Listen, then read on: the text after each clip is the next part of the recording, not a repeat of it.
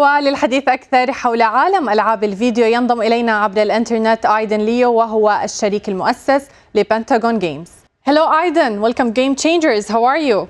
Hello, hi, I'm doing excellent. Thank you. Great to be here. Thank you so much. First of all, let's talk about Web3 gaming. In your perspective, what is the biggest challenge that Web3 gaming studios face nowadays? Yeah, I think one of the biggest things the Web2 studio faces, one is connecting to the Web2 audience. Since Web3 started as a very complicated stack to be able to access a blockchain, there still has been a little bit of hurdle to bridge that gap, but now I think has been greatly improved.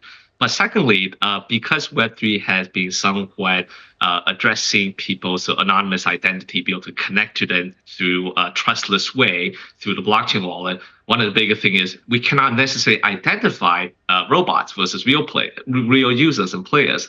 So there's a few challenges that we're facing in this space to do adoption, but lots of tools with the invent of AI, etc., have really helped to resolve some of this.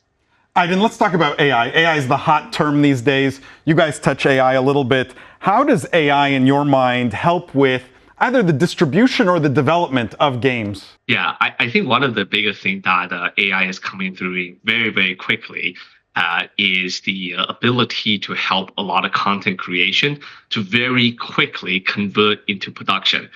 Traditionally, we would spend a lot of time to concept ideas, but nowadays we can use AI to kind of assist on some of these concepts. But further, for the conversion of video games, rather it be the characters walking around, we are able to very quickly generate some of this content through linking all the different various pieces of AI technology together. I think AI itself is not yet fully mature to be able to do everything, to replace the creative tool for everything. But if you will manually stitch a lot of this together, it really help to accelerate. So I really think that for all next generation companies, they definitely have to use these AI tools and technique to be able to stay competitive.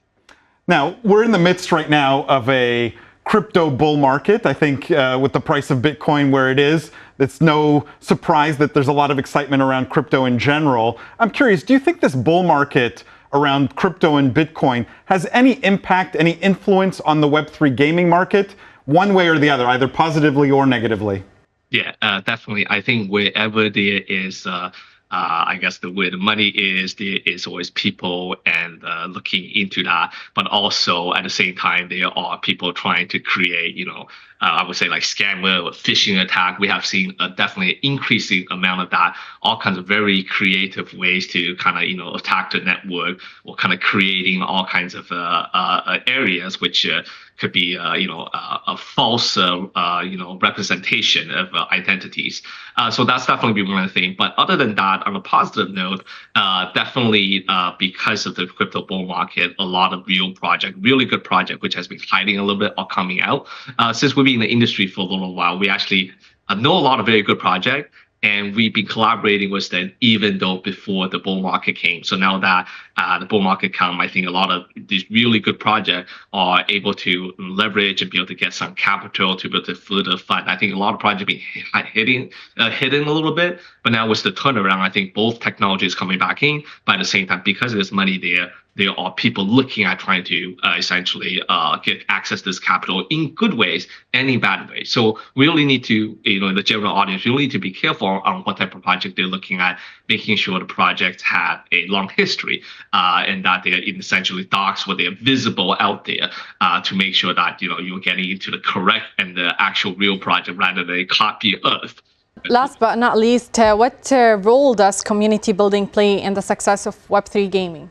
Yeah, I think everything about the Web3 gaming community is actually all about community because rather than having all of our infrastructure, for example, QA, testing, of course, we still have that, but we also get direct feedback from a community member so that we really take them as part of the community. Actually, I would say over the past 6-7 years as we have built, I think over 30-40% of staff actually comes from the community, passionate community member which understand what we're doing, and then they come in to become part of our staff. So then they already know the history. So I think building Web3 company has been quite interesting in that journey versus traditional.